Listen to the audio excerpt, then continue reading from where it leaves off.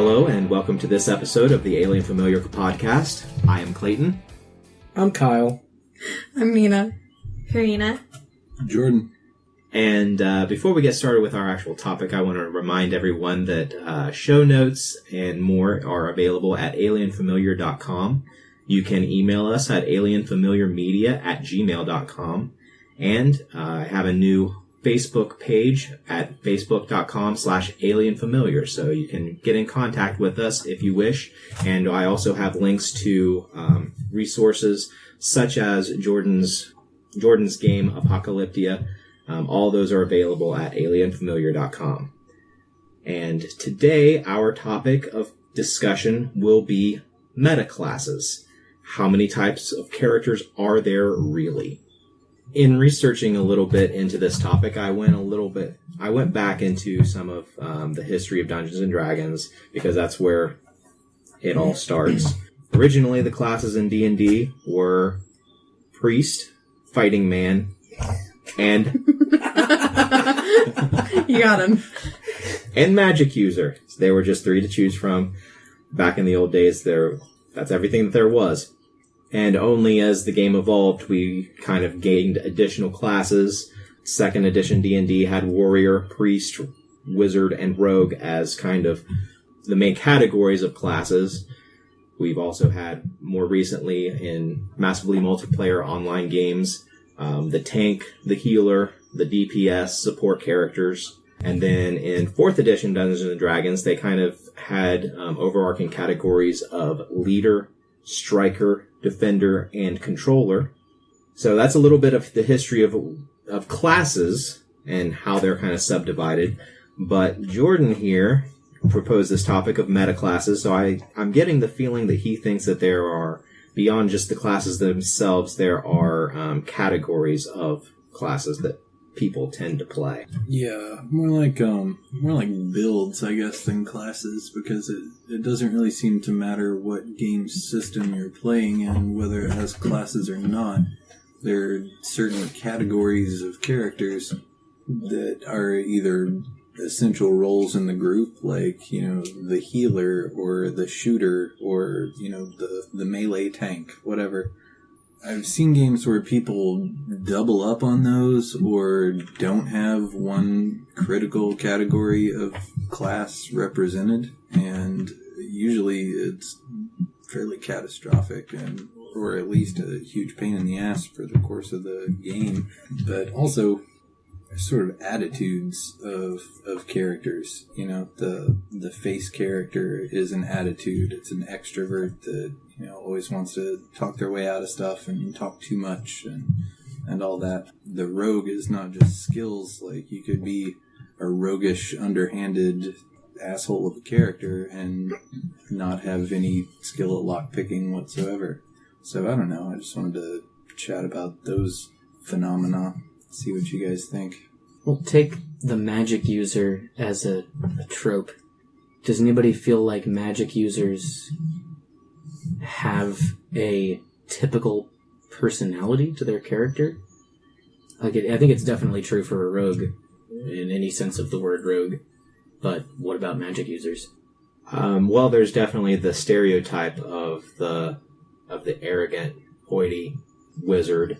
There's also the bumbling wizard, where as a character type they are either, regardless of the character type, they are kind of standoffish with kind of the things that are going on.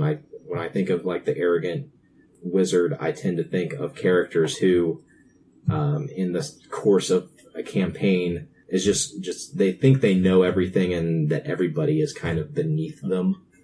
And then kind of more the bumbling wizard type, they're just socially awkward. They don't know how to communicate with others, even if they do try. The computer nerd caster. Yes. The first one is also often either, or maybe both, deceptive or at least secretive. Like hoarding power, hoarding information, all of that, using the available info. There's also the trope of the sultry witch You're a female magic user. Mhm. I think that's more just a female character type. Oh, Right, yeah, just all the women are sultry that. blank? Absolutely, yeah. I kind Sure. I'm kidding. of I kind of broke my my meta classes down a little bit differently. I've got the face / the talker, the asshole, the edgelord, the murder hobo, and the sex pot. And I Hack yourself. I came up with these: the face, the talker, the person who's always at the front of the party, interacting with NPCs, and always kind of either instigating or smoothing over problems within the party itself. Sometimes also the sex pot. Often, yes. I thought about this quite a bit, and I kind of that was the initial kind of breakdown I put these into. And the more I thought about the different types of like kind of meta classes of character, I started thinking that it's not really a host of characteristics. I started more thinking of it like I don't know if you're all familiar with the Myers-Briggs personality indicator, where you've got introversion, like you've got axes where people fall somewhere on this axis of personality type. Introversion, extroversion, sensing versus introversion, thinking versus feeling, judging versus perceiving. I kind of took that and applied it to my own role-playing experience, specifically as a game master, how I deal with players. And I came up with the following personality type indicators for role-playing game player characters. This will be good. Yes, it is good. I created it. Of course it's going to be awesome. I've got the proactive, reactive spectrum. That's the only good one that I have a duality for. The next one is assholery toward non-player characters. I came up with this one because I've seen two spectrums where player characters interact with NPCs, and that is either they engage with them as if they were actual people, to they're just an NPC, so I can just do fuck all with them. They don't matter to anything that's going on in my story. They're not real, so might as well. Exactly. This is where a lot of the murder hobo tendencies express themselves. The next axis I have is assholery toward player characters, because I've seen a lot of characters who they just like to pick fights among the players who are sitting at the table. And my last axis is sexuality, just from one extreme of not having any sexuality whatsoever.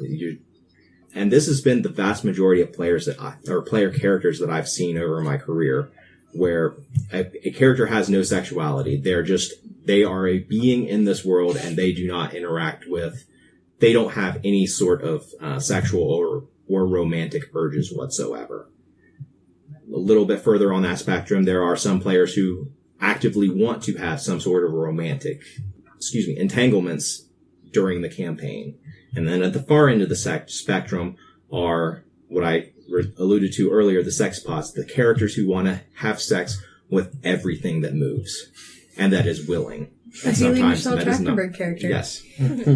So that's kind of how I broke down the meta classes. And as a game master, I didn't really realize it until I came up with this list, but this is kind of what I go through in my mind to create a story for the players who are sitting around the table. I look at these different aspects, and that's how I craft the story as to how proactive and reactive are my players. If I give them if I allude to something that is going on in the world, are they going to grab that and run with it?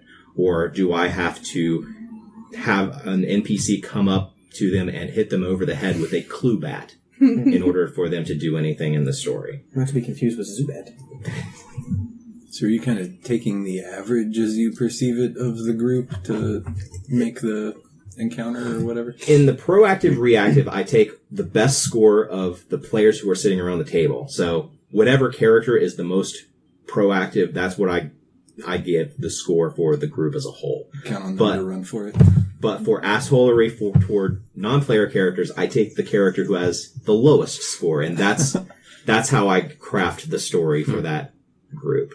Assholery toward player characters, I have no control over that. That's just going to play itself out. So that's more how much do I actually have to plan for this coming session? Because if somebody is really high on the assholery toward other player characters, that's going to be the majority of the session. They're going to find some way to fuck with the other player characters during the session, so there will be less story that I can present to the group as a whole. And then sexuality, because I don't have to deal with it that very often, I don't have a good way of planning around that. But if I know somebody at the table has that aspect somewhere on the spectrum, then that's something that I have to remember to try to include in the game. So like for Nina's character in Abena? Yes. And Nina Smith's. Lanina, according Lanina. to... She's going by Lanina on this podcast. Oh, right. So many names. KP. I'd mentioned myself as Kyle. Probably, actually, do you want to do a recording of me saying KP? We just did. Okay. This is good enough. That's it. We've lost all of our listeners. Which Kyle is it? Hangs up the podcast. Is bullshit. Before I forget about it, going back to magic user archetypes briefly, we forgot about the sorcerer versus wizard kind of deal.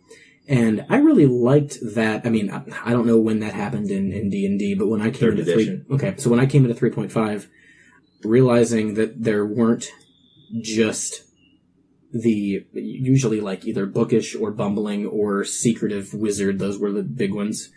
Odd that in a game very influenced by Tolkien, there's not a lot of like Gandalf archetypes, I feel like, being made, but I guess those would be more NPCs than... Gandalf was pretty secretive, man. He just kind of spit out the information that was needed for the quest. And Gandalf was also only level 5, considering all the spells, what different spells he used. There's not much magic in Middle-earth. But back to the we've all had players, I think, or seen players who their idea of playing a female character, especially if the player is male, is just to like be a hypersexual being, and to take it away, hopefully, from that stereotype, and maybe bring it back into just magic users in general. I feel like there is that sorcerer spectrum of like charisma wizard versus book wizard. But I mean, charisma wizard could also be bard. Mm-hmm. True. Yeah, true. We haven't talked about priests at all either. As another kind of caster. Druids. I think priest druid is very similar to wizard sorcerer, because you get a priest and you're almost guaranteed that this is going to be, you know, like holy book thumper kind of guy who's just out there to proselytize. Druids are a little bit more chaotic. Maybe. They're just nature kids. They're just nature kids. Captain Planet kind of dudes. That's their angle.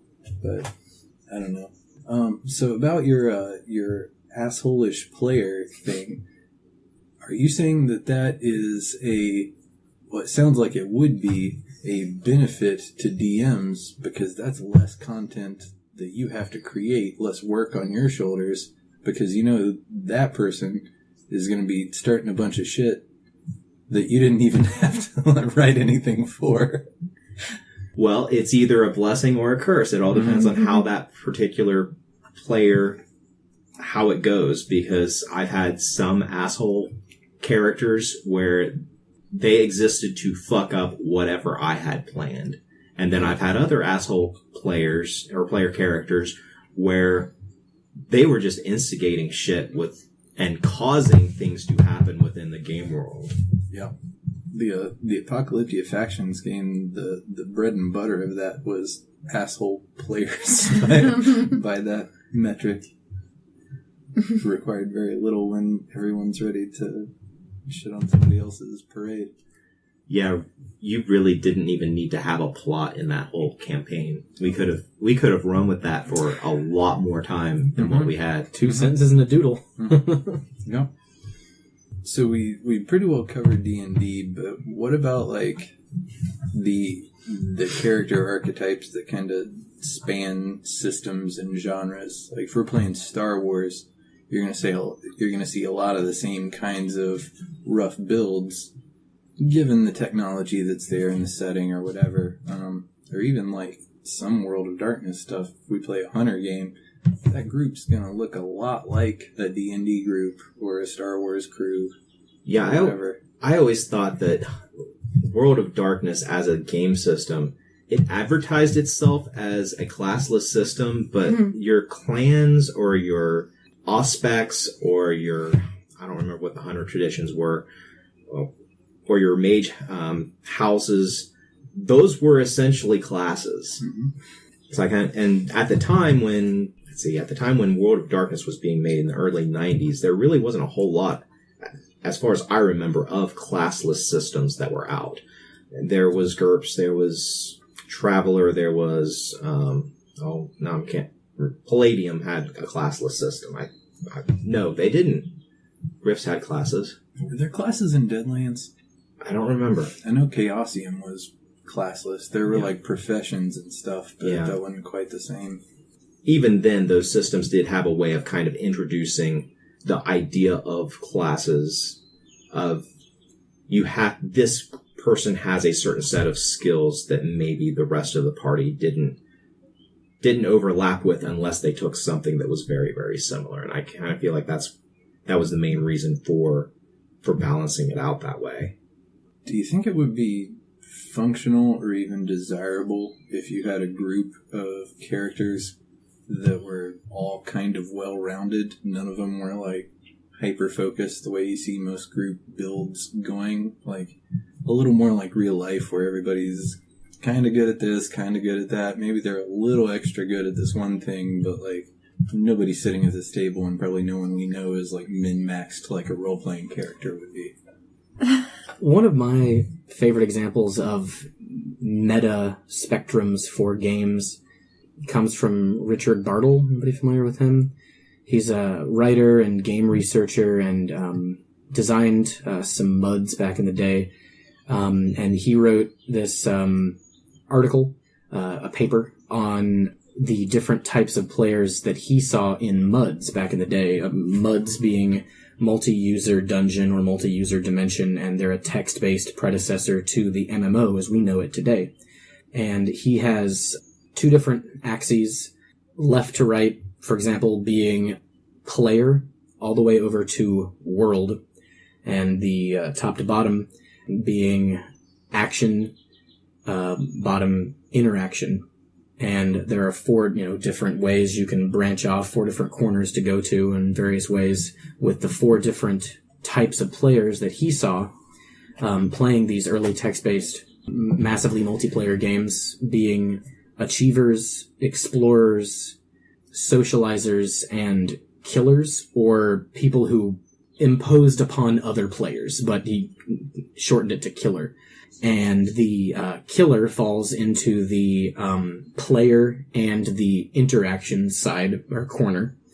Socializers fall into, killers fall into player and action, I believe. Something like that. Is the world player axis like selfish, selfless? Is that kind of what that means? No, being like world as in the environment around you and like the framework of the game, and player being other users, other players of the game. Weird axis, weird spectrum, I know, but the socializers were player and either action or interaction, I forget. Achievers are action world, and explorers are interaction world. Achievers being someone who would find something that is worth achieving to do, or, some piece of loot to get, some boss to beat, whatever, and they would act upon the world just to achieve that goal. Explorers want to interact with the world in every way they can to explore as much as they can. And this was, I want to say, back in the, maybe right around 1990, something like that. So before, maybe late 80s, before EverQuest, before MMOs as we know, before Ultima, I believe before Ultima Online. I think it's maybe an oversimplification today, but I remember reading about this and really thinking it was cool and is simplified, but maybe a decent kind of overall meta framework for the different types of players. What do you guys think? I definitely see it, especially as a way of, well, I spend most of my time as a game master, it seems, so I always, by default, think of things from the perspective of a game master. So if I had those, well, 2 axes, so those 4 basically categories of players, I'm having a hard time thinking of anyone who wouldn't fall somewhere within that system. And within each, there are, branches and branches of subcategories for sure. And I think even archetypes we would consider today as being wildly different might actually fall within the same corner of this graph. Can you clarify the action-interaction axis? As I remember it, it is acting upon something that is already placed in an RPG like we play the GM, or in a MUD, built by the developers. Mm-hmm. Acting upon that, or utilizing that as it's meant to be utilized, whereas interaction is like a speedrunner in a 2D side-scroller would be an explorer, not an achiever. Yes, they are trying to achieve the fastest run, but they're interacting in ways that are odd or that maybe break the game a little bit, or discovering new glitches to get through something and exploring, as opposed to just achieving what is a standard way to play the game. Gotcha. That's how I understand it. I haven't read it in a long time, but... Okay. That's interesting. What have you guys done, if you've ever had this experience in a group, if you're going into a group, either somebody's made a character first, like at character creation, or it's an existing group where there's characters made, and you got a character you want to play, and it's kind of cramping the style of another existing character that is maybe not even the same class, but definitely the same role. Like, have you guys ever had that? I play clerics, so I never experienced that. Nobody wants to play clerics. I actually run into that a lot, because I find that a lot of us are really similar in the types of characters we like to play, and either just change it, or like change it to something completely different, or specialize more into something and be a very similar character, but no, not even, but specialize in something that they might not be the best at. And they have these other things that they're good at, and I'm also good at those things, but I'm also really great at this one thing. My gut reaction is usually to step off and let them do it. It became unfortunate for me when Haley started playing with us, because she only makes face characters, and I used to really like playing those. And so now I just still play some face elements, but I guess kind of like what you said, Nina, specialize in other ways that they won't. But usually just step off and do something different. Occasionally will make that character anyway, and mechanically we might fill the same niche, but I try to roleplay it as wildly different as I can for variety's sake, and because the actions I do versus what they will do, even with the same skill set, will be different. Mm-hmm. I want to point out that for our current Abena game, you very much have done that, in that you wanted to make a face character in some capacity. We already had 2 face characters. We had the leader face character, and then we had the just interacting with every NPC face character. And I feel like you did a very good job of kind of making the second best at both of those. And now we're at the point of the campaign where you're to the point where you're getting ready to shine as far as your particular skill set being what is needed for what is coming up. There's a reason they called Riker number 1. I was about to say, you played the Riker right between the Picard and the Troy. You did pretty well there. Oh, thanks.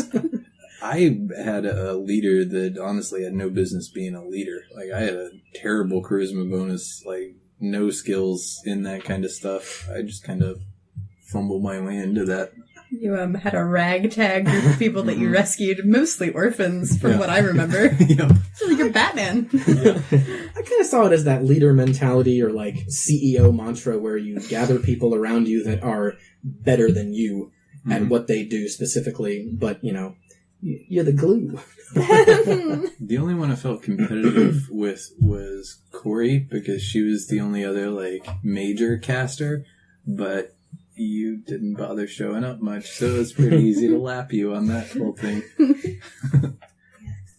At Ibana World Creation, both you Everyone and is Karina there. decided to be casters right then. And then a few other players had a little bit of magic. Selixer, Nina Smith's character. She's Lanina. essentially playing a cleric, though. Yeah. That's true. I mean, the competitiveness almost happened with me because I wanted to play a healer, and then we had a bunch of healers, and then I was just switching to a tank, and then we had Laura and Kyle's characters. I was just I'll be a better one. Hyper specialize, I'm invincible. This is basically what happened. I didn't expect that, though. I did not expect to be invincible. Yet. For now. You guys have played a lot of different game systems, and I have too. Are there game systems that you guys feel like are better as far as providing a lot of options for players so that they're not stepping on each other's general concepts? I mean, D&D, it's pretty clear. There's a set amount of classes, and then you get into, what do they call them? Prestige classes. But, the more wide open systems, some of them are going to have more options than others. A lot of it has to do with, what kind of genre it's built for, or if it's genreless or whatever. But, Call of Cthulhu, for instance, there's not a whole lot of things to do in Call of Cthulhu that's going to be effective. You're going to be some kind of professor or a cop or a doctor, some professional that's going to have a useful set of skills. But nobody wants to play a homeless guy in Call of Cthulhu, or, a grocery bagger or something. I think it's a danger of any classless system that you're going to run into. Well, you don't have clearly defined roles where a game designer has made the decisions for you to ensure that this broad spectrum of characters don't have overlapping skills unless they basically choose characters that everybody can see that they're overlapping at the beginning. Mm-hmm. I was gonna say, games like Eclipse Phase don't leave a lot of room for stepping on each other's feet, but that's just because there's so Many much. feet. There's so much. Yeah. Yeah. Which is, I guess, the problem you run into when you try to make, an open, non-troublesome world in that sense. Non-troublesome in making a character, Right. not, making sure that there's a lot of options. We haven't played Eclipse Phase yet, but my sense of it, just looking at the stuff in character creation, is that we're essentially going to be walking around playing demigods. I'm not sure that the risks and the required preparation and all that goes into games where you're actually likely to die is going to work out the same in Eclipse Phase. I think there's this, surplus of survivability that is going to allow people to play a dancer. Be just as fine as somebody who's battle tank mech guy. Or play a porn star. Or a porn star with interchangeable genitalia. No, I do not have interchangeable genitalia. I just have different morphs that I can go into as the situation requires. Oh, so you could go fuck yourself. Yeah. Awesome. I can pork myself so that I can. For those not familiar, morph in Eclipse Phase is just a body that you can, quote, sleeve into, whereas your mind and your personality are in what's called an ego. And so it's rare in Eclipse Phase to have a character who is, as we think of a person today, finite. But, if you die, you probably have a backup somewhere. You might lose a week, maybe a month of time, but you're alright. You're there. You're a hard drive somewhere. And that's where the explanation of Eclipse Phase has to end, or else we'll just lose, the podcast. We're just gone. Jordan, I think that your idea that, we're all playing demigods in this campaign that we're getting ready to play, that is very heavily balanced by the fact that every NPC we are encountering is essentially a demigod as well. Right. Coming into enemies is going to be in this game is going to be something completely new to all of us, because every time you kill an enemy in every other game, you don't have to worry about them anymore. Right. In this game, you kill an enemy, it takes as long as it takes for them to upload into a new morph, for them to come back and start wreaking their revenge, which is not something that involves just killing us, because that would be just as minor of an inconvenience for us as it was for them. I'm not sure how there's going to be much conflict at all in a world like that. Like, it seems like everyone's going to be Superman bashing it away at each other without any kryptonite to be had. I'll tell you what, I completely disagree that in this world, the opposition, the fighting will be so much more intense because everybody has the capacity to be so petty. It's going to be like Call of Duty. Everybody's just like running into combat and dying and I feel like it forces you to be way more creative as well. Like, you're not just killing things. You have to fuck with them. Mm-hmm. Oh, yeah. Yeah. In a world where everyone is Superman, eventually there's a stalemate and you're tired of whomping on each other. And so then you get real fucking petty with it. Or you start modifying through augmented reality so that everyone who sees your nemesis actually sees, Donald Trump's comb over on their heads. And they're just like, what's on my head? And everyone around that person just sees this comb over. I mean, or toupee, whatever the hell it is. Rat? I don't know. It is a live rat. That poor rat, save him. It's like oh my god, Ratatouille, Jesus. Our president. Back to the topic, I have a question for each of you guys. You've all played a variety of genres of role-playing games, many of them with me. You've got an idea of what kinds of characters you like to play. Do you play the same kind of character in a sci-fi game as you play in a fantasy game? Like, how does the system that you're playing in and the world that you're playing in, does that change anything? Or, are you a rat bastard no matter what kind of world that you're living in or whatever it is that you're doing? I try to never play rat bastards. It's just an example. With one exception, where I played a real rat bastard. I try to avoid that because I feel like I've played it a lot over the years. Mm-hmm. I kind of feel like I've gotten to the point where I want something more. I want to be higher on the spectrums of caring about the world, the NPCs that are in the world, exploring the world, facilitating role play within the group. Mm-hmm. I feel like those types of characters kind of hold that back in one form or another. But does it matter to you what kind of game you're playing, or do you tend to go towards a more narrative, like role-playing heavy kind of character, no matter what? I've been trying to really expand my abilities as a role player, especially over the past just 5 years since you've known me. Mm-hmm. This has been by far the most experimental time where I've been playing characters. We all go through that phase, Clayton. I didn't go through it in college because I was the game master pretty much the whole time. So my growth as a person was kind of stunted in that way. So now that I'm in my mid to late 30s, now is the time when I'm really experimenting. I've reached my midlife crisis. Amazing. Oh, no. People are living longer every year. It's a quarter life crisis at this point.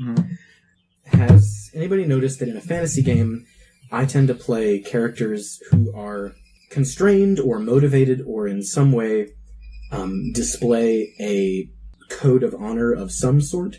My character in your Planescape game, to some degree, Alkir to a large degree in our Albena Savage Worlds game. And I think the reason for that is that in fantasy games, or rather in a fantasy setting, that's one of the things that we don't really have today. It's a fantasy that you can't really live today unless you're part of the fucking royal family in Buckingham or some shit, which I am. Which I am, actually. But that is something that I like to have as a fantasy in that type of setting. Whereas in a sci-fi game, for example, I like to play characters that are very free to... I usually don't play assholes. Usually play pretty decent characters in terms of morality, whatever. But free to not be constrained by ability to travel, by politics, by religion, certainly. Basically, Han Solo, but freelancers in a way. Those tend to be two big kind of areas that I mostly play within, in at least fantasy and sci-fi settings? I feel like your question fundamentally misunderstands how new I am to RPGs. I've only ever played games with y'all, my guy. Mm-hmm. So I feel like there's not a character that I usually play ever, regardless of the genre. Like, I just haven't found the character that, like, I default to yet. I feel like all my characters have been pretty different. The other thing I've figured out was, stable is that they all are rebellious or have issues with authority in some form or another, but that's just me. Like, I can't hide that. I was about to say, every character I've seen you play has some kind of, like, anarchist spirit to it. It comes through, what can I say? I've also noticed that you select interesting elements of real life that I think a lot of perhaps experienced role players don't bring into their characters. In Eclipse Phase coming up, for example, role-playing a character that has a mental illness. I mean, I know that's built into the system, but you wanted to do that, I think, even before you knew it was built into Eclipse Phase. Mm-hmm.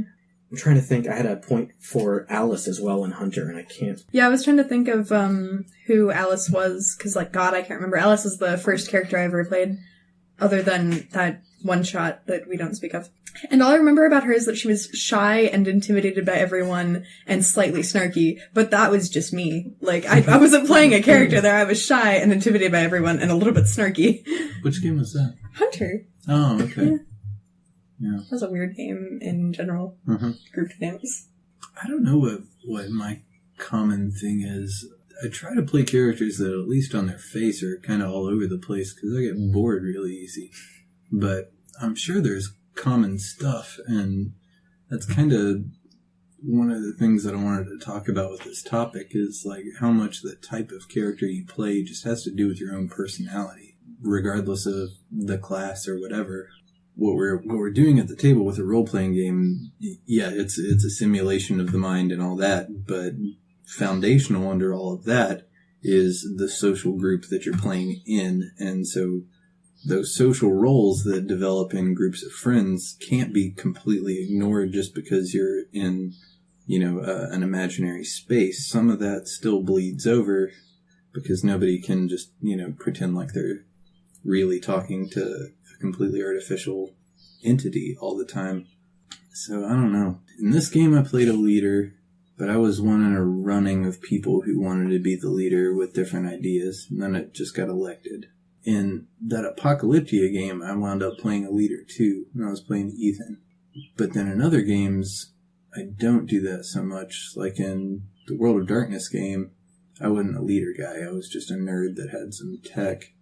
In my Star Trek game, you were leader by rank and role on the ship, but your character and your actions weren't really those of a leader. You had a lot of your own interests to pursue, and you just happen to have the authority to bark an order now and again, which is interesting. Jordan, your character type is you pick a philosophy, and then you take it one step too far. That is your character type. Yeah. Extremist, I guess. Yes. There's some healthy doses of stoicism in most of your characters, from what I've seen. A lot of them. Maybe the aspect that you can't really remove from characters if mine's anarchism. Yeah, that's probably just a thing that's there no matter what.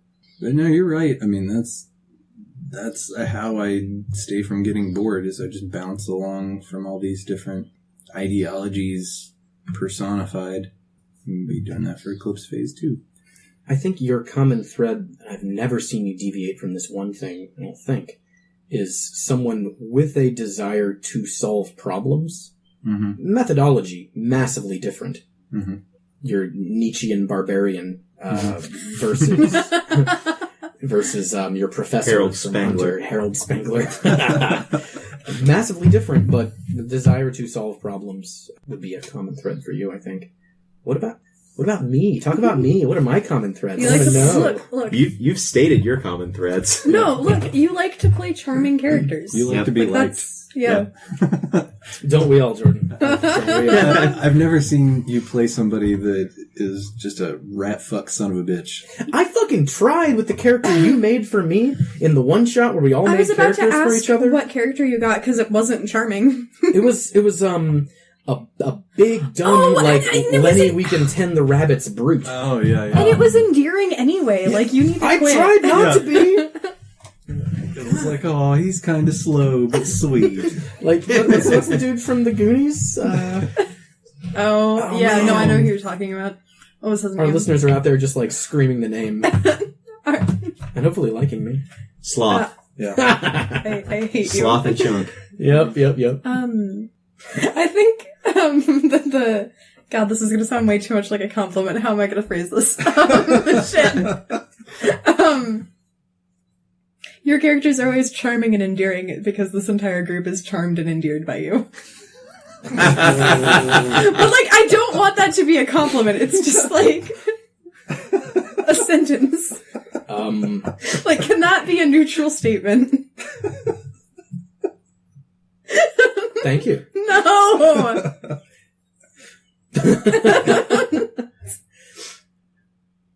Kyle, please don't take this as a compliment, but I really like you as a person. There, I said it. Oh, man!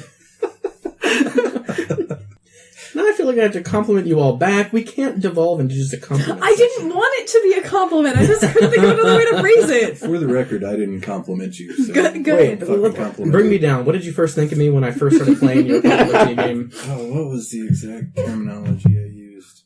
Somewhere in the realm of Tool, I believe. Bougie was in there. Shocking how many people consider you bougie before they meet you. Yeah. Well, when you run a startup at 22, it's hard not to be bougie. Never mind, no longer charmed nor endeared. I can't remember exactly what it was. Please cut all of that, Clayton. We will see. Oh. Anyway, where were we? Actual topic stuff. I don't know. I have a question for people. Mm-hmm. Haley really wanted to do this podcast because she has a very strict philosophy she's told me about, and that's that any class in any RPG can be devolved into beauty, brains, or bronze. Mm-hmm. What do y'all think of that? She's not here to talk about it, so I thought I'd bring up the bare bones. Why does she always stick with beauty? I don't know how to answer that. I know her really well, but I don't know how to answer that. I agree that any class can be played in any way that the player wants it to be played. You can play I could play a wizard who is brawn, who uses magic as a hammer to get past every single problem. Damn! Damn! I'm sorry, how many spells did I have? 4? I'm trying to think of an archetype that can't fit into those 3 Bs. Well, for me it was rogue. I was trying to think where rogue would fit. It's brainy. That's what I was thinking, but... It could also be beauty. depending on how you do it. Or if you're an assassin, that's kind of brawn. sort of brawny. Yeah. I feel like assassin might be more brain. I mean, brawn implying forcing your way through something. I feel like rogues never bust through, force their way through, full steam ahead. Yeah. And I mean, like, there are definitely archetypes that I can think of that are a combination of the two, like a battle mage or something like that, but that is like a distinct combination of brains and brawn. I think that Haley is partly right with that. I think it's only like one dimension of the character, though, because there's a lot about personality that doesn't cover. There's nothing in there about morality. There's nothing in there about, ideology, goals, any of that kind of stuff. Types of actions you do typically, to bring it back to Bartle's player types. Yeah. You can do anything with beauty, brains, and brawn. There's nothing about introversion versus extroversion. So there's a lot more to it, but I think there is something to that, yeah. When I was throwing Apocalyptia together, I thought about just doing 3 traits because of that. Just throwing it together. Just on your free time, just tossing some things together. That's exactly what it was. You trying to say it's good? Are you complimenting people again? I'm sorry. I'm It's sorry, good. everyone. It's been really hard not to talk about Apocalyptia this session. I know we just talked about it so much, but with a system that is classless, I know there are roles in Apocalyptia, but the gun is the great equalizer. Mm-hmm. You can have a character who is the brainiest motherfucker in the world, but you give them a decent gun with the skill to use it, and they're DPSing. I mean, God created all men, but Samuel Colt made them equal. What does DPS stand for? MMO term, damage per second. Yeah. No, you're right. I mean, that kind of goes back to the point earlier about, like, a lot of the character roles that exist, regardless of what class fills them, has to do with the scarcity that is implicit in a game system.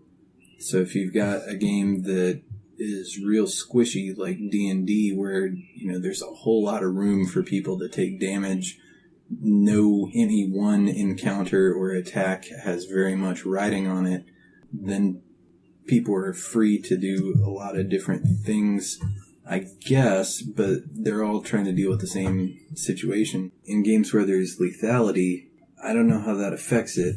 You seem to be saying that in a lethal game, there's more freedom to do stuff because anybody can pick up one weapon and be as lethal as anyone else. Is that what you're saying? I was definitely speaking about staying alive. Mm-hmm. You find a decent weapon in a very lethal game, and if you play your character if you play your character cautiously, you can survive many situations, perhaps, but you still might not have the skill to build that fuse box and complete your creation, whatever. Mm-hmm. But, I mean, isn't that the first step in being free, is being able to survive? I think it's kind of like with societies, like how we didn't start getting specialists in civilization until we had agriculture that made it so that everybody wasn't have to be out there picking berries and hunting down deer. You know, so then that there's a level of surplus, a level of heightened survivability, so that specialties have the room to grow and all that.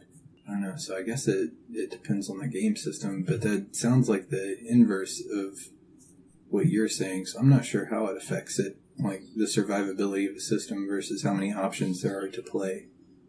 Like, my initial thought is, if it's a hyper-lethal game, then you have to play some kind of, like, commando, you know, hyper-warrior, but maybe not. If everyone is as likely to get killed immediately as anyone else, then you can do a lot of different things. I don't know. Does it affect it at all? I think it certainly affects it. I think in games where lethality is a huge thing and you have to struggle to survive, etc., like, for instance, Apocalyptia, which is the reason I bring it up so much is that's the one I'm most familiar with. And that is I'm the only person in the world that has ever said that, Yep. other than you. Yeah. Other than you. There's, I think, this is not answering the question, but, like, with your thing of needing to be the gun-wielding commando, you don't, because there's other options for surviving. Like, Andy from the Factions game did not use guns very well. She was a melee character, and the reason she survived is because she was real fucking cute and spunky. Like, there's still options there for survival outside of gun-wielding commando. If it was the inverse of that, if guns weren't very lethal and everybody had a huge bag of hit points, do you think that you would have been as effective playing that character in that game? Maybe? I'm not quite sure. I'm not quite sure how that would have affected it. I feel like games that are bags of hit points, lack lethality, I think they inspire specialization.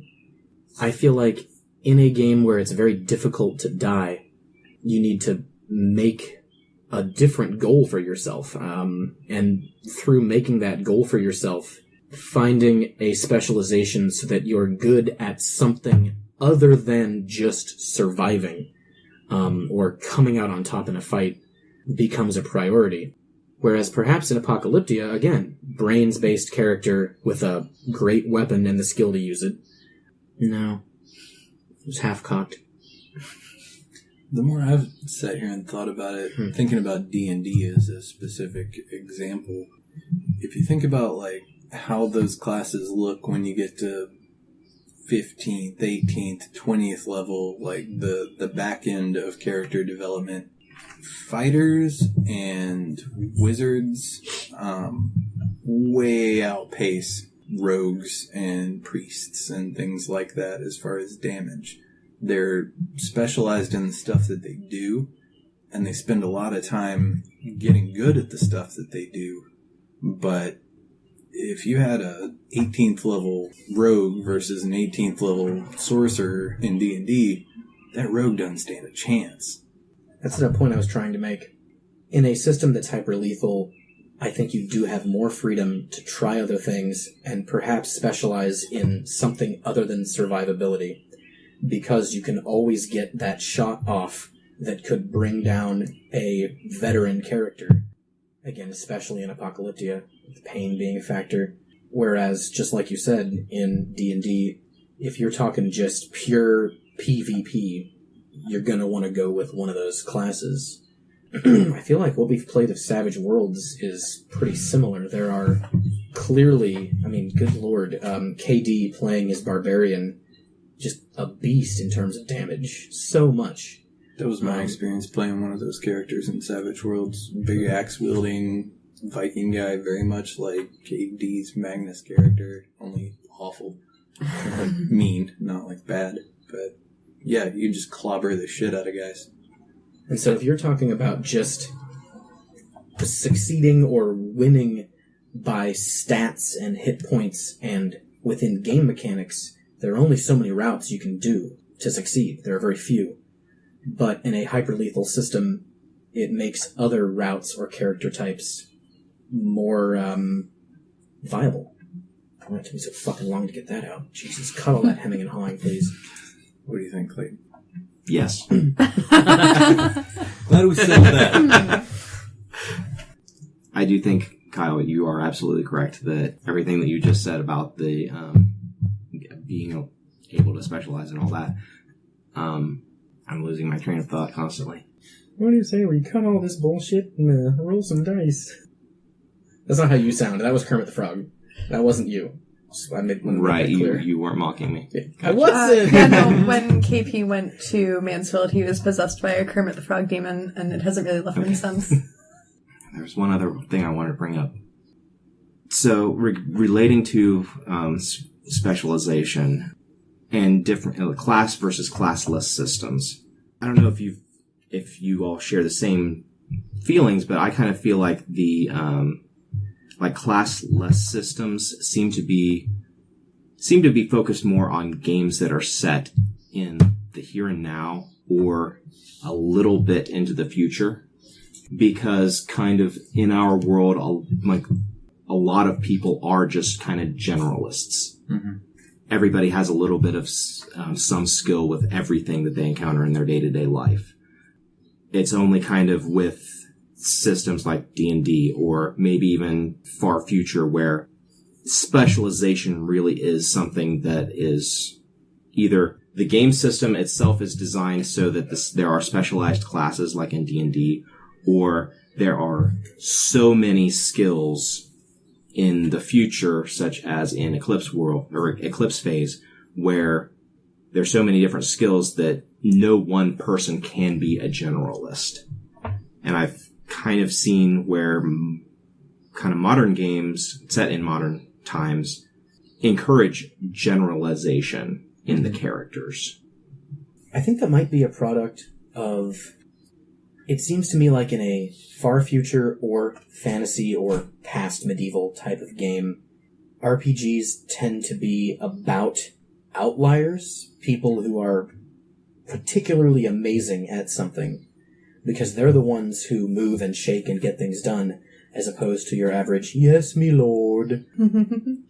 And in games set around present day, I wonder if it's more difficult to fantasize about today, now, playing the role of someone who is so hyper good and hyper specialized at something that it's ridiculous. I mean, think about Grandmaster table tennis guy or gal.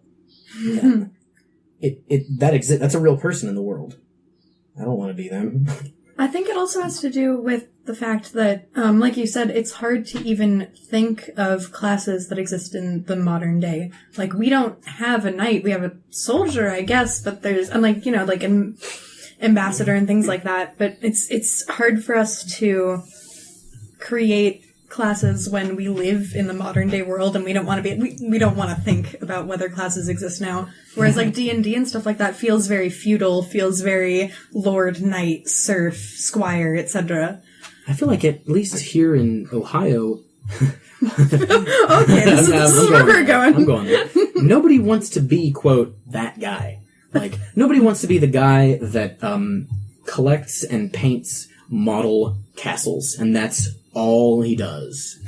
But that's not all he does. Like, I think it has to do with the examples that we have in our minds relating to a particular genre or time frame. Like, whenever we think of things from the distant past or the far future, we're thinking of examples of characters we've seen that are hyper specialized. We think of the knight in shining armor, and we think of the wizard. We think of the mech commander. Those are very specialized things. But whenever we think about characters in modern day, we see everyone around us, and nobody is hyper specialized to the point of not being able to do anything else. Like your example of the expert model painter, they're going to have skills that, like driving a car, they're going to have some skills that in a modern setting, if we were to play a game with a class-based modern game, of which I can only think of D20 Modern as an example, I'm not going to play a character and not put points into, I will be pissed off if I take a class and I have drive as an exclused, as a skill that is taken away from me. It's a prohibited skill. I would be pissed off because, what do you mean I can't drive? Everybody can drive. I guess that's a really good point. And in a modern setting, maybe we are sort of subconsciously inspired to make more realistic TM characters. If you think about a person who literally they can't drive, they can't cook, they don't work. Like, try to imagine someone, all they do, they wake up and they paint model castles and they go to sleep. That's not a real person. We know a person like that. Mm-hmm. Who? Haley. She wakes up, she sews, she makes clothes, she makes props, and then she doesn't really do anything else. Which is not a bad thing. I know she listens to this. And I'm not saying it's a bad thing. I'm saying that person exists. I'm saying that it is. I'm saying it might be an issue that you can't cook. Haley is a real-life min-max. That is a fact. Yeah, that when you brought up that we don't know anybody that's an actual min-max character, well, we do. It's Haley. She is the extreme exception to the rule, but Clayton, you're right, and I think it's a product of our economy. I think that, and our society, that we're in post-industrial capitalism. We've all been made to be homogenized by public school, by, mass media culture, and all these things. And so everybody is a lot like everybody else. We all need to be able to drive to work. We all need to be able to do basic things on a computer, answer a phone. Nobody's great at much of anything. And even in academia, like where you do have some specialists, they're hyper-focused in this teeny, tiny little bit of what it is. You might have somebody that knows everything about this one particular biological process, but not be able to give CPR if they had to, that kind of thing. But the timeline, the time period that you're in does have a lot to do with it. You're right about the social caste thing, the Lord Knight, all that kind of thing. But also, like, dudes like Leonardo da Vinci, for instance, or Aristotle, guys like that. Like, history is full of these dudes who knew everything there was to know at the time because there wasn't very much to know. And they made great strides in whatever areas they wanted to look into because there was so much low-hanging fruit for those fields. And a lot of stupid ideas, too, that later got corrected. But yeah, looking at you, Plato. I wonder what the future would look like. I wonder about these sci-fi role-playing games. If it is going to be something where the red and tooth and claw capitalism of the hypercorp future makes it so that everybody has to have their one thing that they're really awesome at, or if it's that everyone has to be acceptable as a potential employee along the same cookie cutter route that all the HR departments are hiring for. And if you do hyper specialize, as soon as some new technology comes out, well, you're obsolete. You're out the window, pal. Nobody cares about this thing that you used to be great at. Guys, do you know what my favorite concept in RPGs is? The rise of specialization after agriculture and the subsequent fall of specialization after industrialization. My favorite RPG concept! Trying to simulate the world here. We're doing way too good at it! Well, guys, with that profound statement by Nina, let's quit this bullshit and start rolling some dice.